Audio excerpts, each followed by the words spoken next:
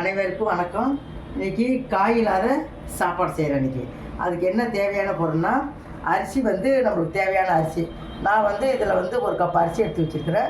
15 நிமிஷம் ஊற வச்சிடணும். அதை ஊற வச்சுருக்கு கழுவி வச்சுருக்கிறேன். அதுக்கு தேவையான பொருட்கள் என்னென்னா, சின்ன வெங்காயம் பாதி, பெரிய வெங்காயம் கட் பண்ணி வச்சுருக்கேன்.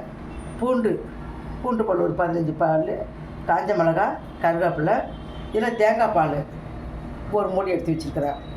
மிகவும் நல்லாயிருக்கும். புளி ஒரு நெல்லிக்காய் அளவு போட்டோம்னா போதும். கொஞ்சோண்டு புளி தான், அது இன்னும் சுவையை எடுத்து கொடுக்கும். கொஞ்சோண்டு புளி வச்சுருக்கிறேன். இப்போ செய்முறை பாருங்கள்.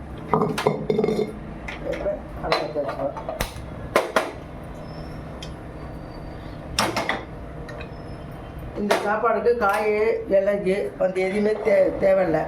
இது காரக்குடி செட்டிநாடு சாப்பாடு. இது மிகவும் சுவையாக இருக்கும். அது பாருங்கள். இது இப்போ காயட்டுறது. நான் தேங்காய் எண்ணெயில் செய்கிறேன். நீங்கள் உங்களுக்கு என்ன விருப்பமோ நீங்கள் அதில் செய்யலாம். நான் தேங்காய் சமையல் தேங்காய் எண்ணெய் தேவையான அளவு தேங்காய் எண்ணெய் நல்ல சுவையாக இருக்குது இந்த சாப்பாடுக்கெல்லாம். உங்களுக்கு என்ன விருப்பமோ நீங்கள் அதை செஞ்சுக்கலாம். நீங்கள் இப்போ எண்ணெய் காயட்டும்.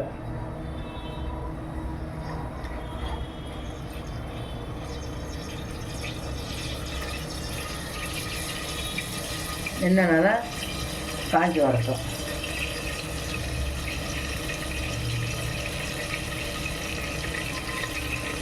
எண்ணெய் நல்லா காஞ்சி வரலையா,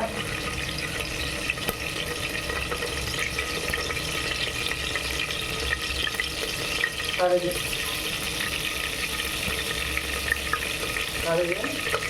உளுந்து உளுத்தம்பருப்பு போட்டாங்க.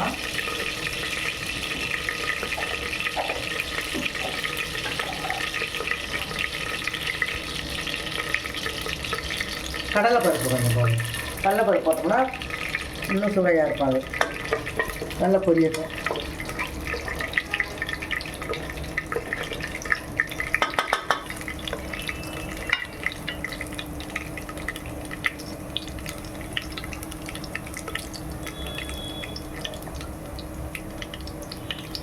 நல்லா பொரிஞ்சு வரட்டும்.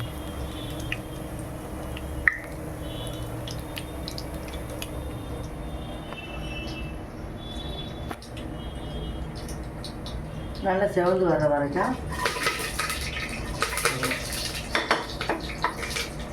இப்போ நல்லா செவந்து வந்துடுச்சு. அதோட பூண்டு முழுசு முழுசாக போடணும். பூண்டோட கொஞ்சம் காய்ச்ச மிளகாய் நல்லா பண்ணியிருக்கோம். கருவேப்பிலையும் அதிலே போட்டுக்கணும். நல்ல பச்சை கருவேப்பிலையாக இருக்கணும். அப்போ நல்லா சுவையாக இருக்கும்.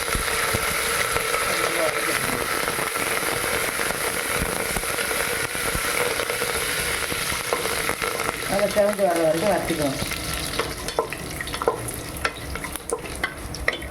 இப்போ வெங்காயம் வச்சுருக்கோமா, வெங்காயத்தை அதில் போடணும். சின்ன வெங்காயமும் பெரிய வெங்காயம் வச்சுருக்கிறேன்.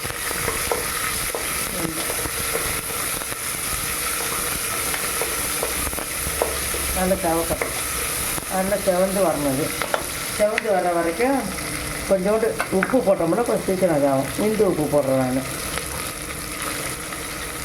கொஞ்சம். ஏன்னா அப்புறம் கொஞ்சம் உப்பு போடணும்னா அதனால் கொஞ்சம் கம்மியாகவே போட்டுக்கணுங்க. உப்பு கம்மியாக போடணும்.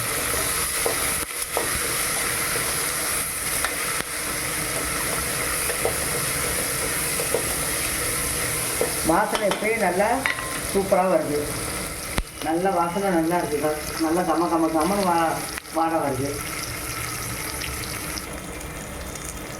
இப்போ நல்லா செவந்து வந்துருக்குது. இதோட கொஞ்சம் மஞ்சள்தூள் போடணும். வீட்டில் அரைச்சி வச்ச மஞ்சள்தூள் தான், கொஞ்சம் கம்மியாக போட்டுக்கிடுங்க. மஞ்சள்தூள்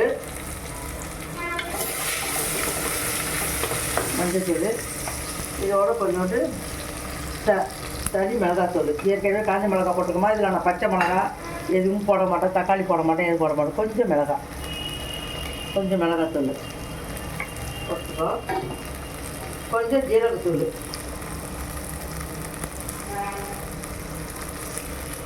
கொஞ்சம் ஜீரகத்தூள் போட்டுக்க.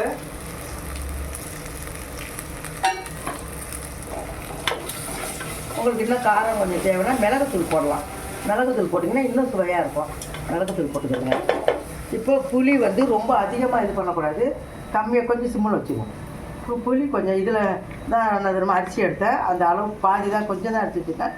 புளி வந்து ஒரு நெல்லிக்காய் அளவு இருந்தால் போதும், அதிக புளி தேவையில்லை. இதையும் இதில் ஊற்றிடுவோம். அந்த அந்த அளவுக்கு ஈக்குவலாக வரணும். இது கொஞ்சம் கொதி வரணும். இப்போ சிம்பிள் வச்சு, ஏன்னா புளி கொஞ்சம் கொதி வந்த பிறகு தான் தேங்காய் பால் ஊற்றணும். தேங்காய் பால் அது ஒன்றா ஊற்றினோம் ஒரு மாதிரி அப்படியே திரண்டு வரும். அதனால் இந்த புளி வாசனை போகட்டும். இப்போ புளி ஊற்றிருக்கேன், அதோட கொஞ்சம் அடுப்பை சிம்மில் வச்சுருக்கேன். தேங்காய் பால் ஊற்றிருக்கேன். தேங்காய் பால் வந்து நம்ம முன்னாடி அளவு வச்சோம்னா அந்த அரிசி அளவு, நான் இதில் ஒரு டப்பா அரிசி வச்சேன். இப்போ வந்து கால்வாசி புளி தண்ணி ஊற்றினேன், முக்கால்வாசி தேங்காய் பால் அளவு. அப்போ ஒரு டப்பா அளவு கணக்கு வந்துருச்சு. இது ரெண்டையும் நல்லா மிக்ஸ் பண்ணிக்கணும்.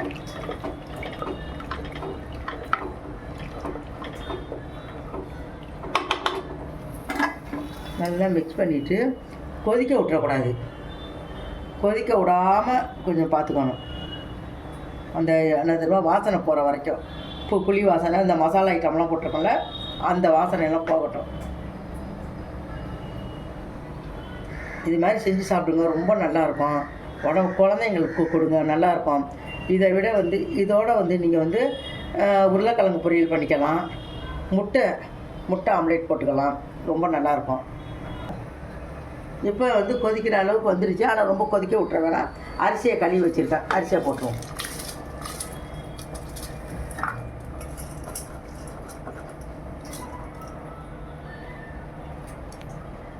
இப்போ அரிசியை போட்டு அதை கிண்டி விட்டுருவோம். இதில் வந்து ஓரளவுக்கு தண்ணி வந்துருச்சு. நான் இது ஒரு டப்பா அரிசி எடுத்தோம்னா 3 டப்பா தண்ணி ஊற்றணும். அந்த அளவுக்கு தான் அரிசி எடுத்தேன். ஏற்கனவே 1 ஊற்றிருக்கேன். இது 2,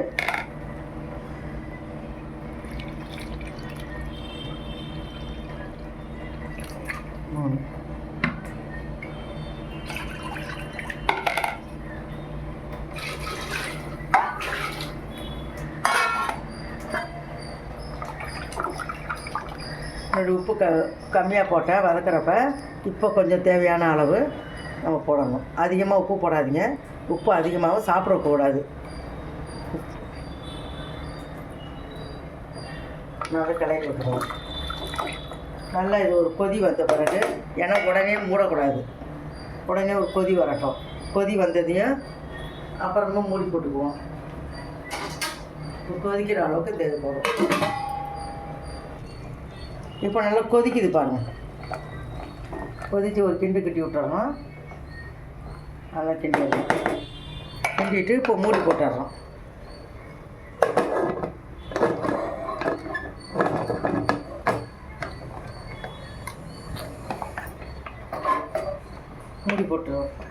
மூடி போட்டுட்டு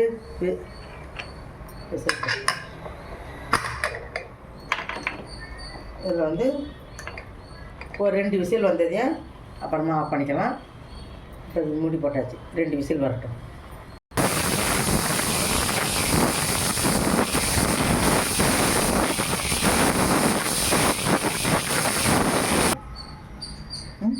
இப்போ சாப்பாடு எடுத்து கீழே வச்சாச்சு. 2 விசில் வந்துடுச்சு, சூடு ஆறிடுச்சு, சாப்பாடு வச்சாச்சு. இப்போ கிளறி பாருங்கள், எவ்வளோ பொல பொலன்னு வருதுங்களா, எவ்வளோ நல்லா இருக்குங்களா, நல்லா பொல பொலன்னு நல்லாயிருக்கு. இது மேலே வந்து கொத்தமல்லி இலை நல்ல சுவையாக இருக்கும். கொத்தமல்லி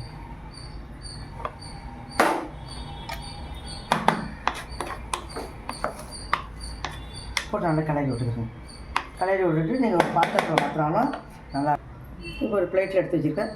பக்கத்தில் ஒரு முட்டை ஆம்லேட் வச்சுக்கலாம், உருளைக்கிழங்கு பொரியல் வேணாலும் வச்சுக்கலாம். உங்களுக்கு தேவையான டிஷ் செஞ்சு வச்சுக்கிடுங்க.